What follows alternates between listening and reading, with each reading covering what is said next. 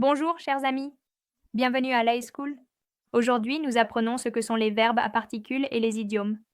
Que sont les verbes à particules? Les verbes à particules sont des combinaisons entre un verbe principal et une particule, qui peut être une préposition ou un adverbe.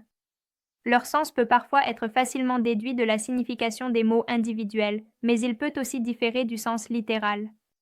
Par exemple, to break down. Ici, break signifie casser et down indique une panne ou un arrêt. Donc, to break down signifie tomber en panne ou se casser.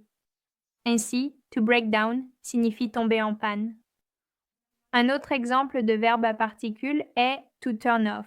Ici, turn signifie tourner et off signifie éteindre.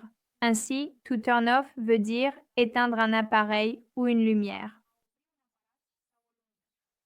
Par exemple, tu peux dire Please turn off the lights. S'il te plaît, éteins la lumière. Passons maintenant aux idiomes.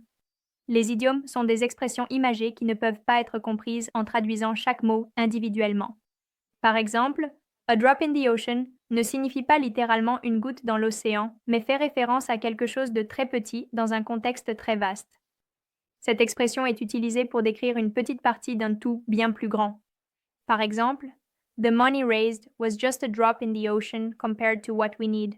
L'argent récolté n'a été qu'une goutte d'eau dans l'océan comparé à ce dont nous avons besoin. Un autre idiome fréquemment utilisé est to burn the midnight oil. Cela signifie travailler jusqu'à tard dans la nuit.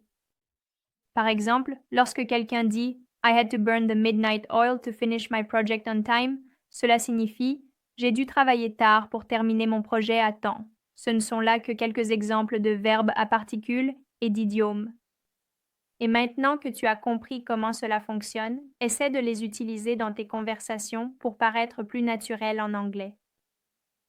Si tu veux apprendre encore plus d'expressions utiles, abonne-toi et n'oublie pas de nous laisser un commentaire avec ton expression préférée.